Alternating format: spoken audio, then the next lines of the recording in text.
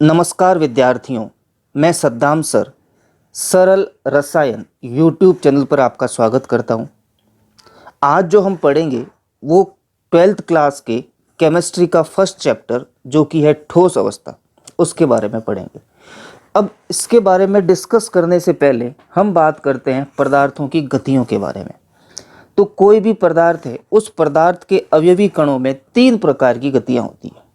पहली गति जो है घूर्णन गति, दूसरी गति जो होती है लौटनी गति और तीसरी गति जो होती है इसके अंदर कंपन गति। तो यहाँ पर हम बात करें ठोस अवस्था के संबंध में, तो ठोस अवस्था के अणुओं के मध्य न तो घूर्णन होता है, न ही इसके अंदर जो लौटनी गति होती है।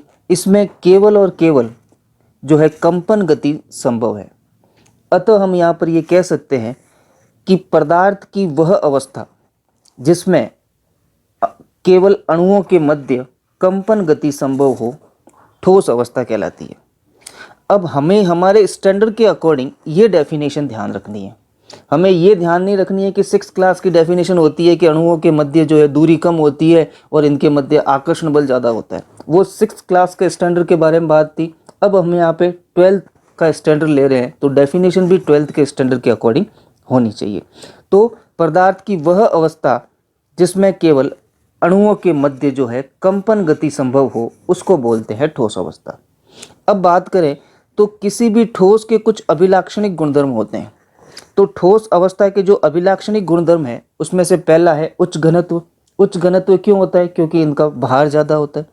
दूसरी बात जो है नियमित आकार व आयतन। क्यों होता है? क्योंकि इनके बीच में आकर्षण बल ज़्यादा होता है। नेक्स्ट बात करें इसके अंदर उच्च यांत्रिक क्षमता। इसी तरीके से अगला जो है उच्च गलनांक होता है इनका।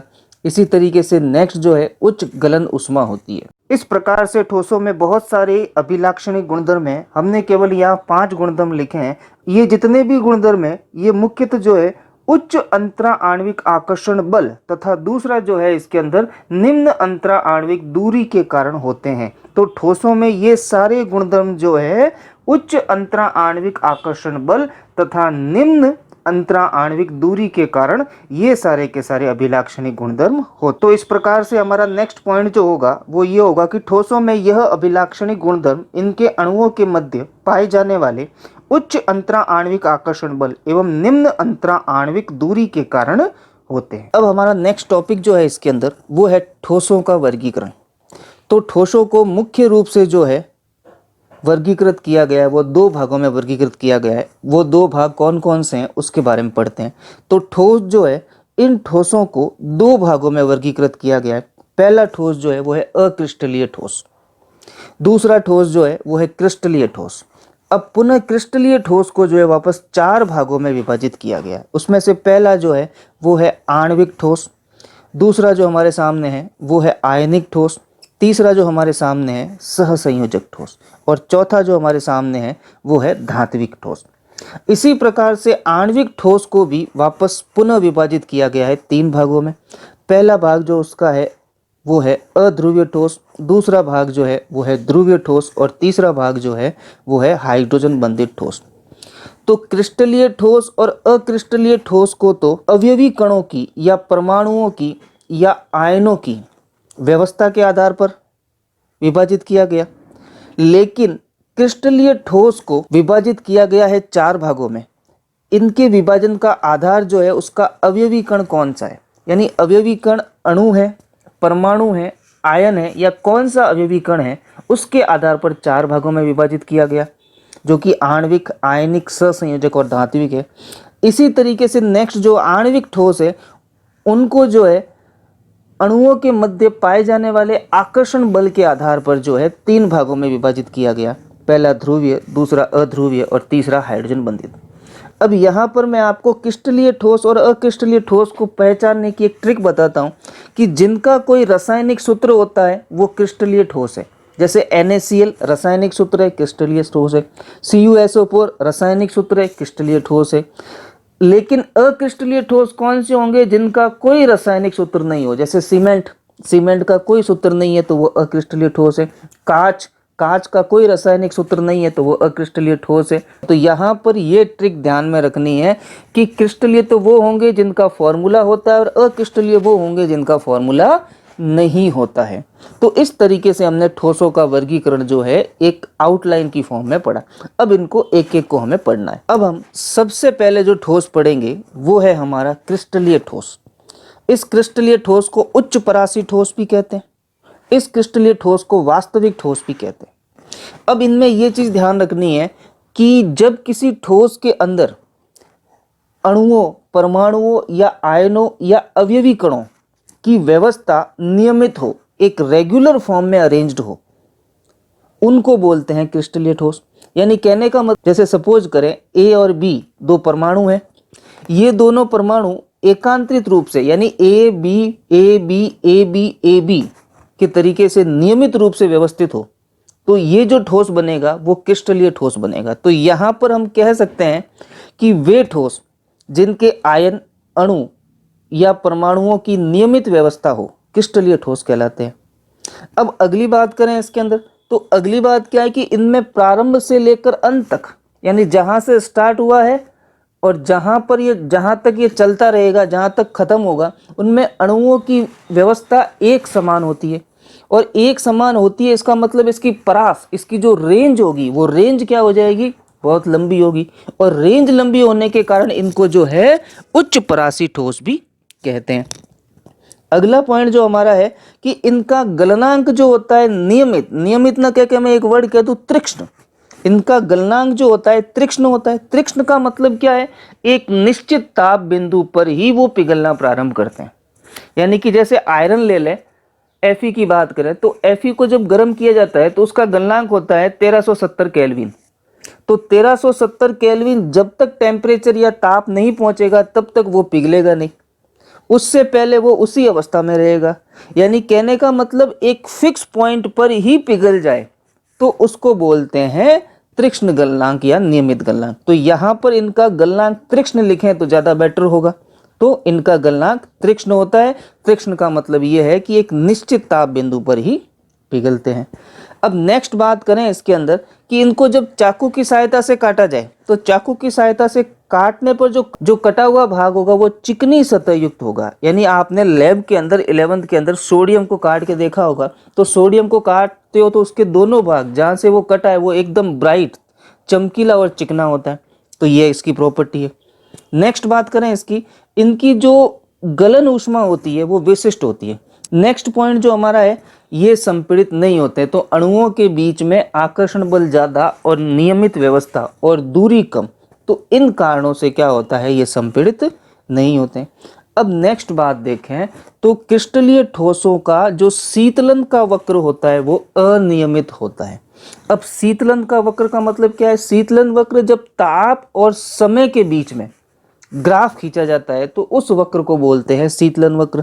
चलिए देखते हैं शीतलन का वक्र कैसे बनेगा। तो यहाँ पर मैंने एक एक्सिस लिया, यहाँ पे दूसरा अक्ष लिया, एक तरफ लिख दिया मैंने ताप और एक तरफ लिख दिया समय। अब देखें ये वक्र जो है अनियमित कैसे होगा, तो यहाँ पर मैंने इस तरीके से बताया, ये देखिए आप इसके अंदर ये, तो यहाँ पे क्या हो रहा है, पहले जो है कम हुआ, फिर नियमित रहा, कांस्टेंट रहा, फिर वापस कम हुआ।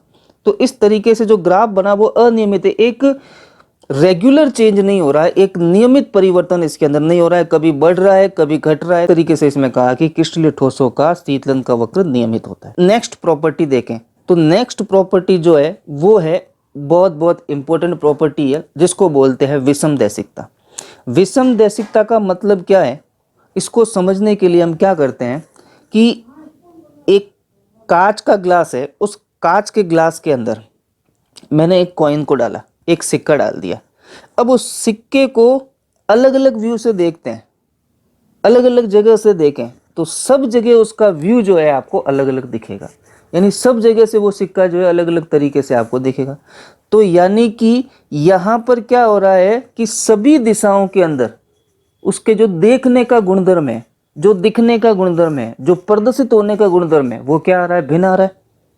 तो उसी को बोलते हैं विषम दैशिकता। तो देखिए इसमें परिभाषा क्या होती है कि विषम दैशिकता वह गुणधर्म है जिसमें सभी दिशाओं या कह दूं मैं विभिन्न दिशाओं में भौतिक गुणधर्म भिन्न हो। यानी जब सभी दिशाओं के अंदर भौतिक गुणधर्म भिन्न हो तो उसको बोलते हैं विषम दैशिकता। तो यहाँ पर विषम दैसिकता पर इंपॉर्टेंट क्वेश्चन बनता है। क्रिस्टलीय ठोस विषम दैसिक प्रकृति के होते हैं। अब विषम दैसिक प्रकृति के होते क्यों हैं उनके बारे में देखें। तो यहाँ पर इसको समझाने के लिए मैं क्या करता हूँ, एक क्रिस्टलीय ठोस की व्यवस्था करता हूँ। तो चलिए मैं यहाँ पर एक क्रिस्टलीय ठोस बनाता हूँ जिसमें परमाणुओं की नियमित व्यवस्था है। तो एक लाइन में मैंने सारे के सारे ग्रीन बॉल्स या ग्रीन अणु या ग्रीन अवयवी कणों को व्यवस्थित किया। दूसरी लाइन के अंदर मैं जो है सारे के सारे ऑरेंज यानी कि नारंगी बॉल अवयवी कणों को व्यवस्थित करता हूँ। इसी तरीके से तीसरी लाइन में वापस मैं जो एकांतरित रूप से ग्रीन वालों को अरेंज करूँ। इसी तरीके से नेक्स्ट देखूँ तो वापस मैं ऑरेंज अरेंज करता हूँ। अब यहाँ पर मैं क्या करूँ, एक लाइन ड्रॉ करूँ और उस लाइन को नाम दूँ ए बी। इसी तरीके से मैं दूसरी लाइन ड्रॉ करूँ, उसको नाम दूँ मैं सी और डी।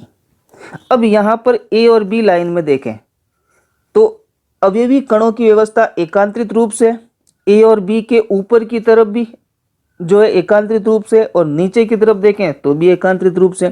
लेकिन सी और डी में लाइन में देखूं तो एक तरफ तो सारे के सारे ग्रीन वाले बॉल्स आ गए और एक तरफ सारे के सारे ऑरेंज वाले बॉल्स आ गए, यानी कि अणुओं की व्यवस्था भिन्न हो गई। और अणुओं की व्यवस्था भिन्न हो गई इसका मतलब क्या हो गया, गुणधर्म भी भिन्न होंगे। यानी ए बी लाइन के गुणधर्म सी डी से नहीं मिलेंगे और यानी कि ए बी के गुणधर्म सी डी से नहीं मिल रहे हैं, दिशा परिवर्तित होने से गुणधर्म भी परिवर्तित हो गया और गुणधर्म परिवर्तित हो गया, जिसको क्या बोलते हैं, विषम दैसिकता बोलते हैं। अब यहाँ पर देखें ए बी और सी डी में अणुओं की व्यवस्था भिन्न भिन्न है। अब आपके दिमाग में एक प्रश्न उठा होगा कि हमने तो कहा था कि क्रिस्टलीय ठोसों में अणुओं की व्यवस्था नियमित होती है, लेकिन अभी अभी अपने पास क्या आया कि या इधर अलग दिख रहा है, इधर अलग दिख रहा है। सही बात है ना। तो यहाँ पर ऐसा क्यों हो रहा है, क्योंकि आपका पॉइंट ऑफ व्यू अलग है। आप अलग डायरेक्शन से देखोगे तो जो डायरेक्शन अपने सामने होगी वही अरेंजमेंट अपने को दिखेगा, सीधी सी बात है। और जो नहीं होगी वो थोड़ी दिखेगा, वही कंडीशन है। तो यहाँ पर क्रिस्टलीय ठोसों में ये चीज समझने की बात है कि क्रिस्टलीय ठोसों में अणुओं की दिशा तो नियमित होती है, लेकिन भिन्न भिन्न दिशाओं में, क्या कह रहा हूं, भिन्न भिन्न दिशाओं में अणुओं की व्यवस्था अनियमित दिखाई देती है। दिशाओं में परिवर्तन होने के साथ साथ अणुओं की व्यवस्था आपको अलग अलग दिखेगी। सीधी सी बात, किसी के फ्रंट के सामने बैठो तो फ्रंट का पोस्चर दिखेगा, लेफ्ट के समानांतर बैठोगे तो लेफ्ट का पोस्चर दिखेगा और जिसके समानांतर बैठोगे वो पोस्चर आपको दिखेगा। क्लियर है यहाँ पे। तो यहाँ पे देखने का पॉइंट ऑफ व्यू चेंज हो रहा है, ठीक है ना। ठोस तो वैसा का वैसा ही है। तो ये था हमारा विषम दैसिकता के बारे में थोड़ा सा जनरल इंट्रोडक्शन। नेक्स्ट बात करें इसके एग्जाम्पल कौन कौन से। तो अभी जस्ट मैंने बताया है कि जिसका रासायनिक सूत्र होता है वो क्रिस्टलीय ठोस होता है। तो लिख दिया मैंने यहाँ पे NaCl, NiCl2, CuSO4, जो जिसका भी रासायनिक सूत्र डाल दो कोई। अब हमारा दूसरा जो क्रिस्टलीय ठोस है वो है अक्रिस्टलीय ठोस, लघु परासी ठोस, आभासी ठोस या अतिशीतित ठोस। अब इसमें उस क्रिस्टलीय ठोस के अंदर क्या कहा था हमने कि अणुओं की व्यवस्था नियमित होती है। तो इसमें क्या कहेंगे, अवयवी कणों की या अणुओं की व्यवस्था क्या होगी, अनियमित होगी। वे ठोस जिनके आयन या परमाणुओं की अनियमित व्यवस्था हो अक्रिस्टलीय ठोस कहलाते हैं। नेक्स्ट बात करें इसके अंदर, अब प्रारंभ से लेकर अंत तक तो व्यवस्था वैसी रही नहीं, व्यवस्था वैसी रही नहीं तो रेंज बढ़ी नहीं, परास बढ़ी नहीं, और परास बढ़ी नहीं तो छोटे छोटे टुकड़ों में बढ़ गए, और छोटे छोटे टुकड़ों में बढ़ गए तो उसको क्या बोलेंगे, लघु परासी ठोस कहते हैं। अब इसका जो नेक्स्ट पॉइंट है वो नेक्स्ट पॉइंट ये है कि इनका गलनांक जो है तीक्ष्ण या नियमित नहीं होता। अब कैसे, देखो एक जनरल प्लास्टिक लो, उस प्लास्टिक को गर्म करें तो गर्म करते ही सबसे पहली कंडीशन क्या होगी, वो नरम पड़ेगा और नरम पड़ के वो लटकना स्टार्ट हो जाएगा और फिर जो है वो मेल्ट होगा, फिर जो है पिघलना स्टार्ट होगा। तो पहले नरम पड़ा और फिर पिघलना स्टार्ट हुआ, मतलब उसमें जो क्रियाविधि है वो थोड़ा सा टेम्परेचर देने पर ही प्रारंभ हो गई, यानी कि गलनांक कैसा है, नियमित नहीं है, तीक्ष्ण नहीं है। तो इस तरीके से हम ये कह सकते हैं कि इनका गलनांक नियमित या तीक्ष्ण नहीं होता, यानी कि जब इन्हें गर्म किया जाता है तो पहले वो नरम पड़ते हैं और फिर पिघलते हैं। अब नेक्स्ट बात करें इसके अंदर, तो इनकी गलन उष्मा जो होती है वो विशिष्ट नहीं होती है, तो ये भी गलनांक से ही संबंधित है, ज्यादा इसके बारे में डिस्कस करने की रिक्वायरमेंट नहीं। नेक्स्ट बात करें इसके अंदर, इन्हें अतिशीतित या आभासी ठोस भी कहते हैं। अब अतिशीतित और आभासी ठोस क्यों बोलते हैं, क्योंकि क्लियर बात है कि ठोसों के अंदर अवयवी कणों की व्यवस्था नियमित होती थी, लेकिन इसमें न तो व्यवस्था नियमित है, न ही आकार नियमित है, न ही आयतन नियमित है। सीधी सी बात। दूसरा पॉइंट इसका रीजन जो है, इनमें विसरण की दर निम्न होती है। अब ये पॉइंट आप पहली बार पढ़ रहे हो कि ठोसों में भी विसरण होता है। अब विसरण होता है, कैसे होता है, इसको बताना चाहे तो आपने पुरानी इमारतें देखें। अब ये पॉइंट, अब दूसरा पॉइंट जो इसके अंदर है, अब दूसरा पॉइंट इसके अंदर जो है, नेक्स्ट जो पॉइंट है वो ये है कि इनको आभासी ठोस या अतिस्थित द्रव भी कहते हैं। अब आभासी ठोस क्यों? लगता तो ठोस की तरह है, लेकिन इनके कणों की व्यवस्था नियमित नहीं होती। अब कणों की व्यवस्था नियमित नहीं होगी तो आकार व आयतन तो नियमित हो ही नहीं सकता। तो हाथी के दांत दिखाने के और खाने के कुछ और ही, तो इस कारण से इनको क्या बोलते हैं? आभासी ठोस बोलते हैं। अब इनके अंदर नेक्स्ट बात जो आती है कि इनमें जो है विसरण की दर निम्न होती है। हमारा दूसरा पॉइंट जो इसका है वो ये है कि इनमें विसरण की दर निम्न होती है। तो ये बात आप फर्स्ट टाइम पढ़ रहे हो कि ठोसों के अंदर भी विसरण पाया जाता है। अब विसरण होता है क्या है? किसी पदार्थ का उच्च सांद्रता से निम्न सांद्रता की तरफ गमन विसरण कहलाता है। तो क्या ठोसों में विसरण होगा? कैसे? देखते हैं।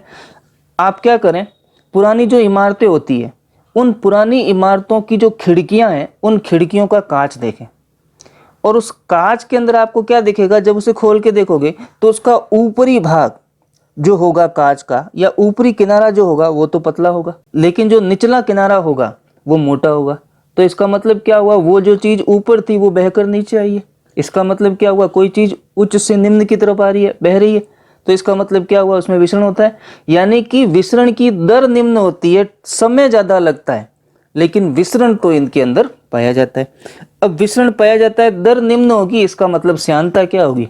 उच्च होगी। भाई धीरे धीरे बह रहा है तो श्यान है, बल उसमें क्या होता है? ज्यादा होता है। इसी तरीके से नेक्स्ट पॉइंट देखें कि अक्रिस्टलीय ठोस समदैशिक प्रकृति के होते हैं। अब क्रिस्टलीय ठोसों में क्या कहा था हमने कि ये जो ठोस होते हैं वो विषमदैशिक प्रकृति के होते हैं। विषमदैशिक प्रकृति का मतलब क्या बताया था कि भिन्न भिन्न गुणधर्म है। तो समदैशिक का मतलब क्या होगा? सभी दिशाओं में इनके भौतिक गुणधर्म क्या होंगे? समान होते हैं। नेक्स्ट पॉइंट जो है कि इनको चाकू की सहायता से काटें। तो चाकू की सहायता से काटने पर क्या होगा? कभी आपने लकड़ी को चाकू की सहायता से काटा हो तो देखा होगा, सूखी लकड़ी की बात कर रहा हूं, तो जब उस पर हाथ फेरते हो कटे हुए भाग पर तो वो कैसा दिखता है? रफ दिखता है, यानी कि अनियमित रूप से वो कटता है।